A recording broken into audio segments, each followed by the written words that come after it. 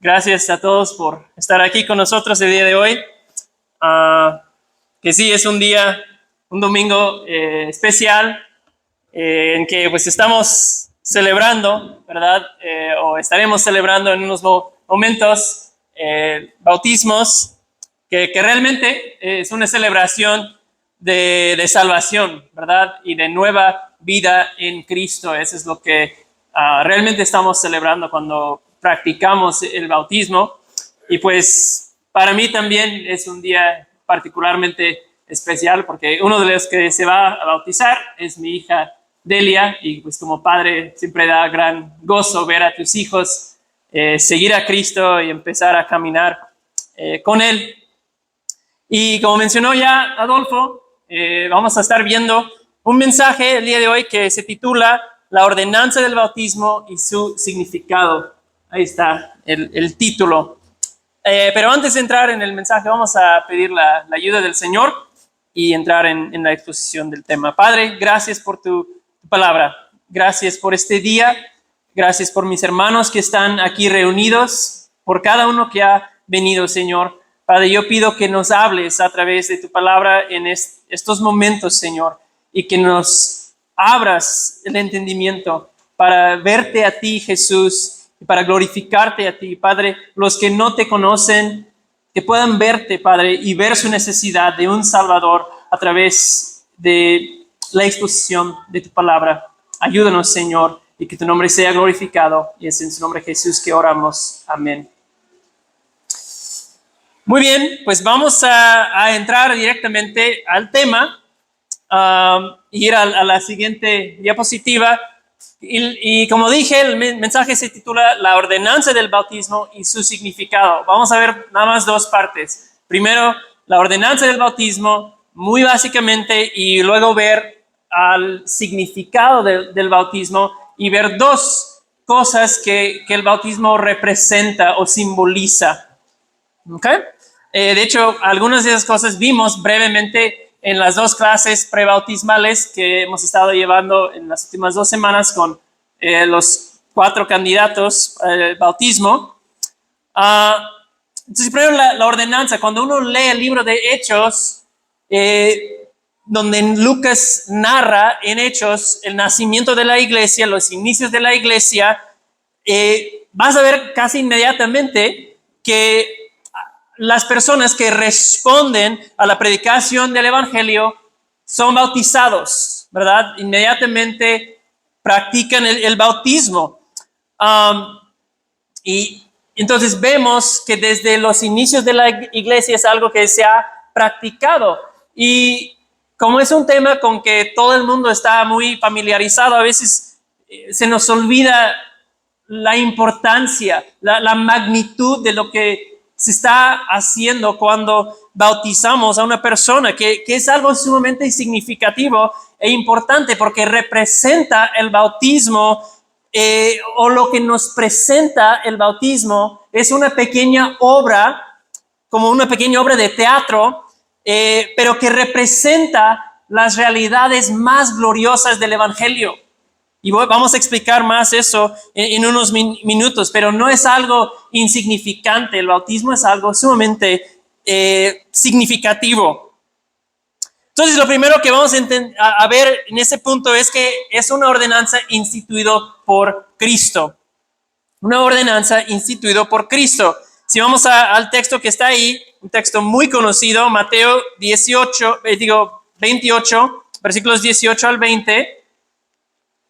Si lo quieres buscar en tu Biblia, para que subrayes ahí, porque es un texto importante. Mateo 28. No lo encuentro yo. Versículos 18, versículos que se conocen como la Gran Comisión. Dice, acercándose Jesús, les dijo, eso es Jesús hablando a sus discípulos después de su resurrección, como sus últimas palabras antes de volver con su Padre. Toda autoridad, dice Jesús, me ha sido dada en el cielo y en la tierra.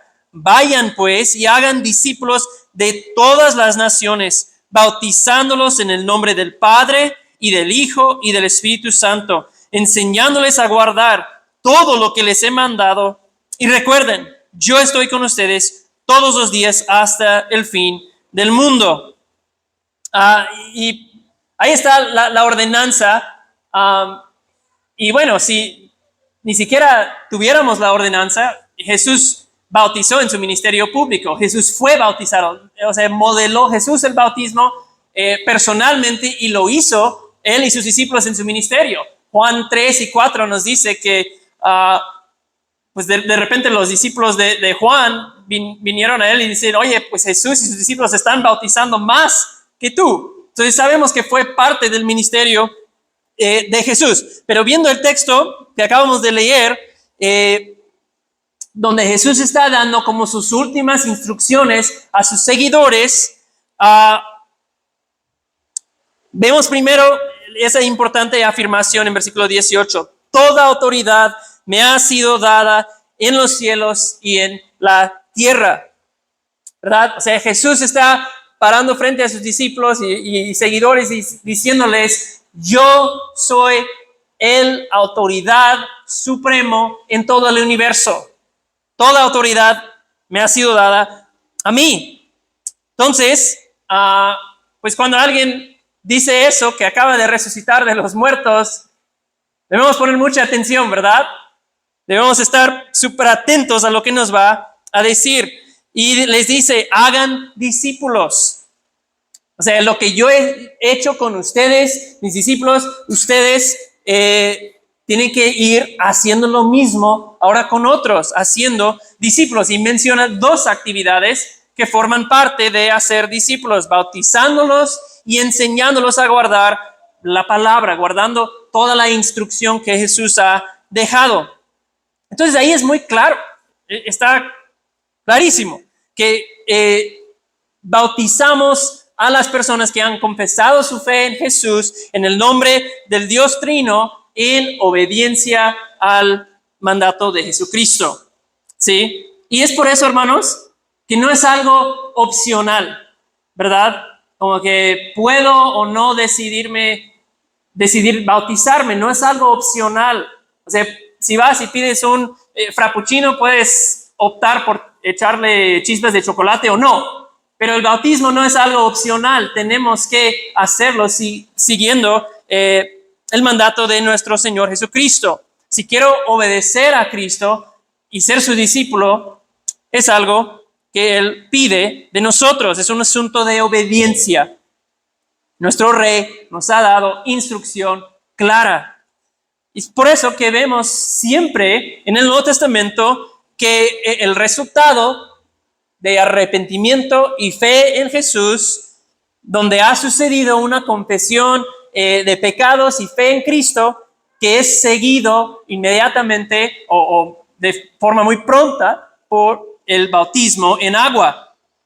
Y de hecho, en tiempos del Nuevo Testamento, si tú lees el Nuevo Testamento, no vas a encontrar un ejemplo de un creyente no bautizado. Era la expectativa siempre, basándonos en lo que tenemos en el registro del Nuevo Testamento. Entonces, en el Nuevo Testamento, por toda la historia de la iglesia y el día de hoy, el bautismo en agua ha sido ese paso de fe, ese paso de obediencia en que un creyente en el Señor Jesucristo da evidencia pública y declara, ¿verdad?, ante la iglesia y ante el mundo que ha creído en Jesucristo para salvación de sus pecados y entonces en el bautismo afirma esa afirmación y afirma su compromiso con Cristo, con su palabra y con su pueblo.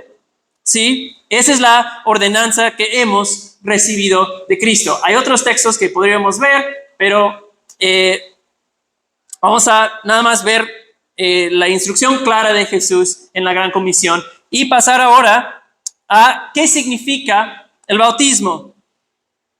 Ahí está, ¿qué significa el bautismo? ¿Qué representa o qué simboliza el bautismo? Y la respuesta corta es que simboliza el Evangelio, ¿no? La obra de Cristo en la salvación estamos haciendo una pequeña drama, como dije antes, una pequeña obra de teatro en que representamos lo que Cristo hizo por nosotros en su obra de su crucifixión y su resurrección. Y vamos a ver solo dos realidades que el bautismo representa o simboliza el día de hoy. Hay más, podríamos ver unos 4 fácilmente, pero vamos a solo escoger 2 que son quizás los más significativos para que los veamos el día de hoy. Y en primer lugar, el bautismo representa o simboliza el lavamiento de pecados. El lavamiento de pecados. Y eso lo vemos en Hechos 22, 16. Si lo quieres buscar en tu Biblia, Hechos 22, versículo 16.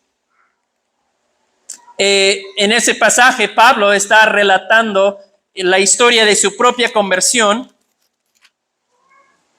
Hechos 22, versículo 16. Y un hermano que se llama Ananías le estaba discipulando de alguna manera a Pablo en los primeros días de su conversión. Y entonces Pablo, relatando lo que había sucedido, dice en versículo 16 de capítulo 22 de Hechos: ahora, ¿por qué te detienes? Esa es la pregunta de Ananías. Levántate y bautízate y lava tus pecados invocando su nombre. Entonces tenemos ahí esa idea del lavamiento de pecados relacionado con el bautismo claramente expresado en ese pasaje. Entonces el bautismo representa eso, ser lavados, purificados de nuestros pecados, que yo creo que es una imagen muy, muy hermosa, ¿verdad? Si tú entiendes la gravedad y la realidad de tu pecado, entender que mis pecados pueden ser lavados, purificados, eso no hay cosa más hermosa, porque tiene que ver precisamente con eso, con la solución a nuestro mayor problema. ¿Saben eso? Que tu mayor problema no es tu espalda que te duele o el estado de tus finanzas. Tu mayor problema siempre es tu pecado. Ese es el mayor problema que tenemos como seres humanos. ¿Por qué? Porque nuestro pecado nos ha separado de Dios, nos hace impuros delante de Dios, nos hace inaceptables delante de Dios. Isaías 59:2 dice: las iniquidades de ustedes han hecho, ¿qué? Separación entre ustedes y Dios. Los pecados le han hecho esconder su rostro para no escucharlos. Jeremías dice: aunque te laves con lejía, que es un blanqueador, ¿no? Y uses mucho jabón, las manchas de tu iniquidad aún están delante de mí, declara el Señor. El profeta Ezequiel remata diciendo que el alma que peque, ese morirá. Nuestro pecado nos ha hecho merecedores de castigo eterno, y la paga del pecado es la muerte. Entonces, ¿qué necesitamos? Necesitamos una limpieza, un lavamiento que nos quite eso que nos separa de Dios y nos hace culpables delante de Él. Y es por eso que en el Antiguo Testamento, el pueblo de Dios, los israelitas, ellos tenían que hacer muchos ritos de purificación. Todo el tiempo estaban haciendo ritos para purificarse, para que la presencia de Dios permaneciera entre ellos. Los sacerdotes tenían que bañarse y limpiarse y cambiar de sus ropas antes de entrar a servir en el templo, ¿verdad? Muchísimos ritos de purificación. Y no es que a Dios le moleste que vienes sucio del trabajo o que Dios no aguanta el olor corporal. No, es que esa que hacían esos ritos de lavamiento les recordaba, les representaba, les enfatizaba una y otra vez una realidad espiritual, ¿sí? Que ellos eran pecaminosos, personas pecaminosas, ante Dios, que necesitaban ser lavados y ser purificados para estar en la presencia de Dios, para tener una relación con Dios, un Dios santo. Entonces, nuestro bautismo, hermanos, es parecido de alguna manera a esos lavamientos ceremoniales que se hacían en el Antiguo Testamento, pero no lo hacemos repetidamente toda la vida como hacían ellos, ¿verdad? Nos bautizamos solo una vez, confiando plenamente en Cristo, porque Cristo ofreció a sí mismo una vez por todas, dice Hebreos, ofreció a sí mismo como sacrificio por nuestros pecados, una sola vez. Y cuando Cristo nos lava, cuando Cristo nos limpia, no tenemos que volver a ser lavados, porque Cristo perdona nuestros pecados pasados, nuestros pecados presentes y nuestros pecados futuros. Nos lava por siempre. Qué gloriosa realidad. Entonces debemos entender que lo que hacemos en el bautismo es una expresión, una representación de nuestros pecados siendo lavados por Cristo, que simbólicamente representa lo que Cristo ya ha hecho en la vida de esas personas que van a bajar al agua. Entonces, si entendemos, y eso es importante también, porque el rito del bautismo no lo hace literalmente, o sea, no efectúa el bajar en agua literalmente el lavamiento de pecados, ¿verdad? Lo simboliza. Si realmente lo efectuara, pues todos los que no se han bautizado pasarían al rato a entrar en el agua, porque si el agua lo hiciera, pues ¿por qué no de una vez todos? ¿Sí? Pero es que no hay nada mágico que sucede con esta agua.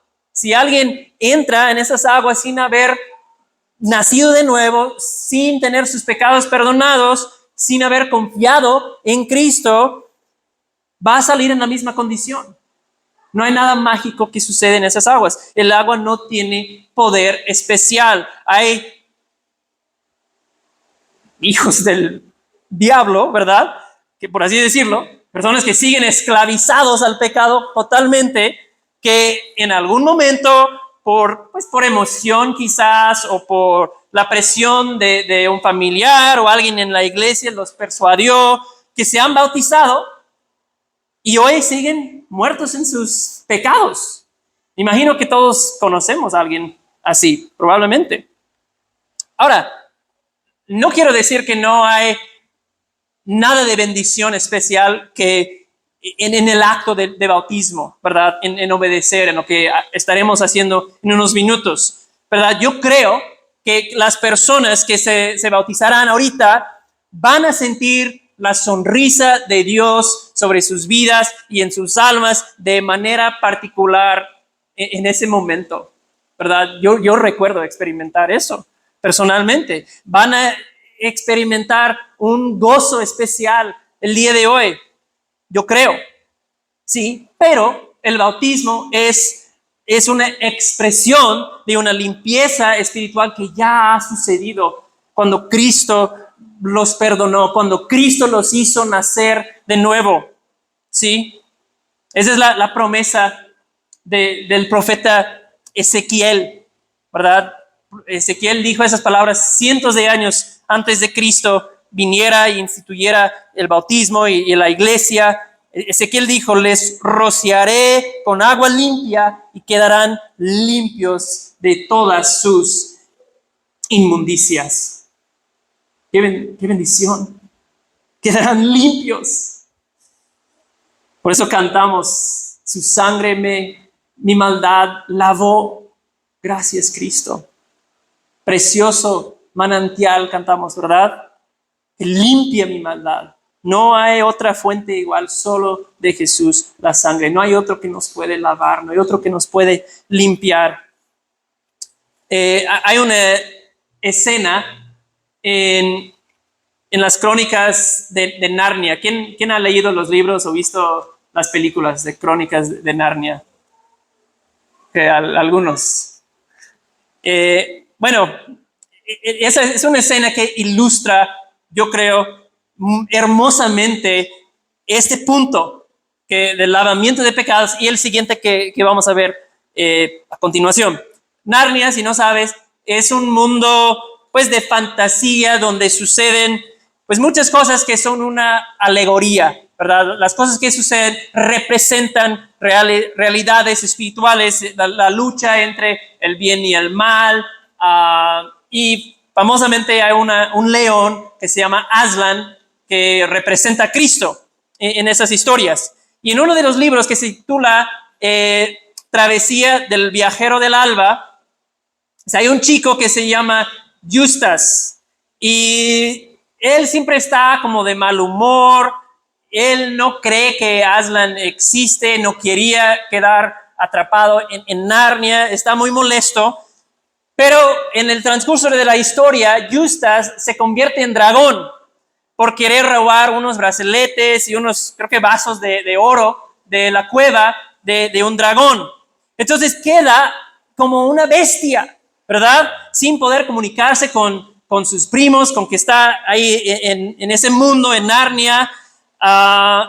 Y pues muy pronto se le acaba el gozo de poder volar y escupir fuego de su boca y quiere volver a ser niño y para poder hablar con sus primos y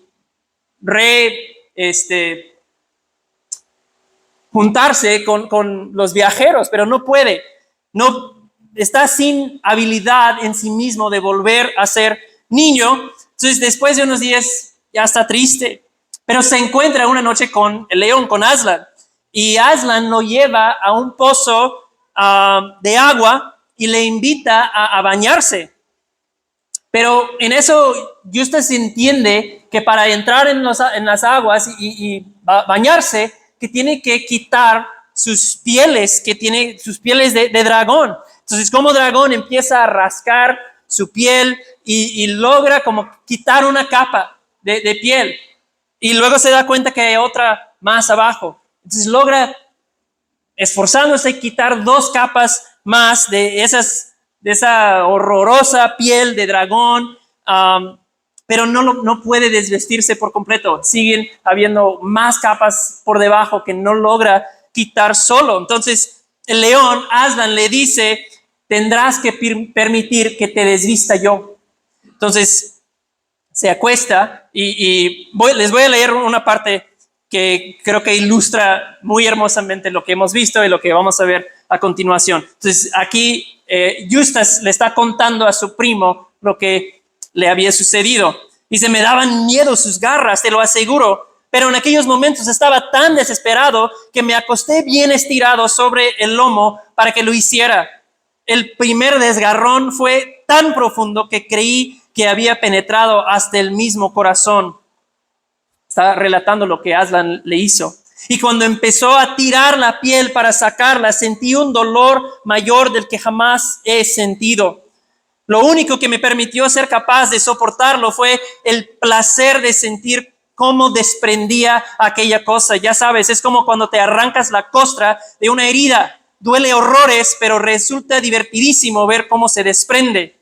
Bueno, pues arrancó por completo aquella cosa espantosa, igual que pensaba que lo había hecho yo mismo las otras 3 veces, solo que entonces no había sentido daño. Y ahí estaba sobre la hierba, aunque mucho más gruesa, oscura y con un aspecto más nudoso que las otras. Ahí estaba yo, suave y blandito, como un palo descortezado y más pequeño que antes. Entonces me sujetó, lo que no me gustó demasiado, ya que todo mi cuerpo resultaba muy delicado, ahora que no tenía piel, y me arrojó al agua.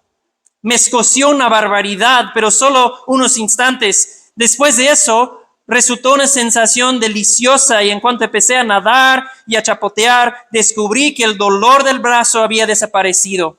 Enseguida comprendí el motivo. Volvía a ser un muchacho. Sin duda pensarías que estoy loco si te contara cómo me sentí al ver de nuevo mis brazos. Ya sé que no tengo músculos y son bastante fofos mis hombros comparados con los de Caspian, pero me alegré tanto de volverlos a ver. Al cabo de un rato, el león me sacó y me vistió. ¿Te vistió con sus garras? Bueno, la verdad es que no recuerdo muy bien esa parte, pero lo hizo de un modo u otro, con prendas nuevas, las mismas que llevo puestas ahora precisamente. Y luego de repente me encontré de vuelta aquí, lo que me hace pensar que debe haber sido un sueño. No, no era un sueño, respondió Edmond. ¿Por qué no? Bueno, ahí están las ropas nuevas para empezar y te ha, digamos que, desdragonado en segundo lugar. ¿Qué crees que fue entonces?, preguntó Justus. Creo que tú has visto a Aslan. Yo creo que es una imagen hermosa de lo que ha sucedido en nuestra salvación, que por más que tratáramos de quitar y superar nuestro pecado y lavar nuestra suciedad, nunca lo pudimos hacer. Era imposible, lo tuvo que hacer Cristo por nosotros. Él es el único que puede quitarnos esa horrorosa cosa que nos deshumaniza y que nos lleva a la destrucción. Y eso, nuestro pecado, Cristo lo lavó, Cristo lo quitó. Nos hizo nuevas criaturas, ¿verdad? Capaces de vivir ahora por el propósito por el cual fuimos creados. Pues igual como Aslan le viste a Justus, Cristo nos ha vestido también, dice la Biblia. El bautismo también representa esa realidad. No sé si puede dar otro clic ahí. El bautismo representa ser cubierto también de la justicia de Cristo. Vamos a ir a Gálatas 3.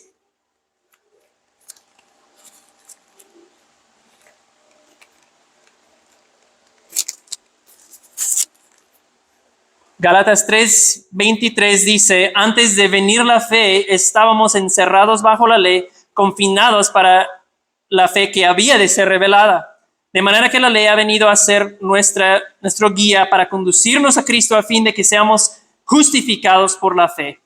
Pero ahora que ha venido la fe, ya no estamos bajo el guía, pues todos ustedes son hijos de Dios mediante la fe en Cristo Jesús. Por todos los que fueron bautizados en Cristo, de Cristo se han revestido.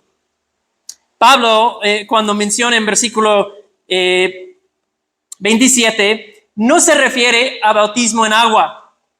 Habla de un bautismo espiritual, un bautismo en Cristo, que es simbolizado, representado cuando practicamos el bautismo en agua. Es decir, que el bautismo en agua representa el bautismo en Cristo, de ser revestidos de Cristo. Pablo dice en Corintios que Cristo se hizo para nosotros la sabiduría de Dios, la justificación, la santificación y redención. Entonces, de todo esto, el creyente ha sido vestido. En nuestra salvación, hermanos, hemos sido unidos a Cristo, puestos en Él, envueltos completamente de Cristo.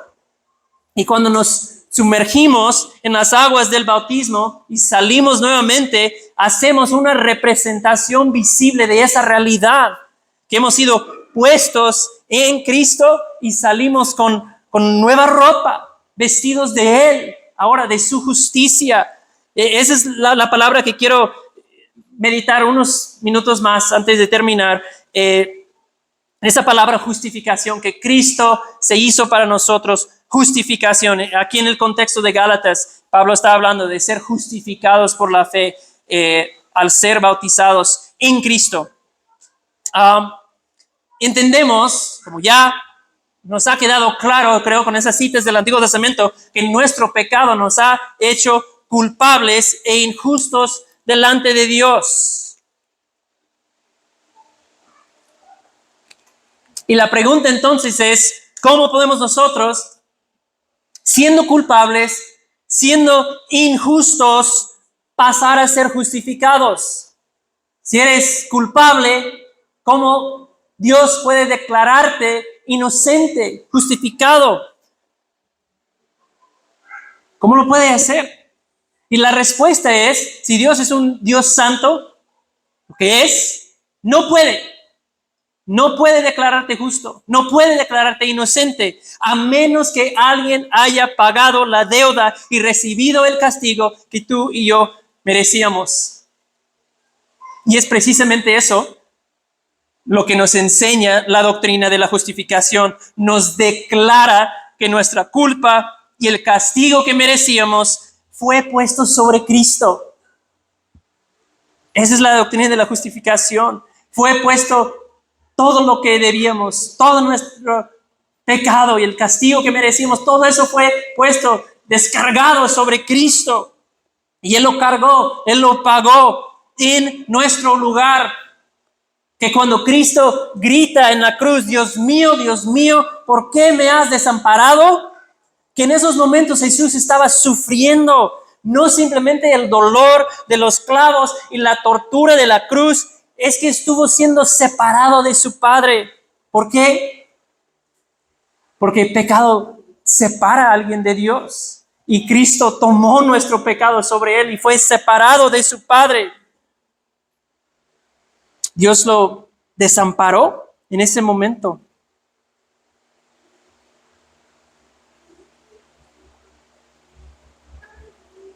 Todo nuestro horrible pecado había sido puesto sobre Él y Él murió sufriendo el castigo e ira por nuestros pecados. Y la Biblia dice entonces que el que tiene fe en Jesús, el que confía en lo que Cristo hizo en aquella cruz, es justificado delante de Dios, es declarado inocente.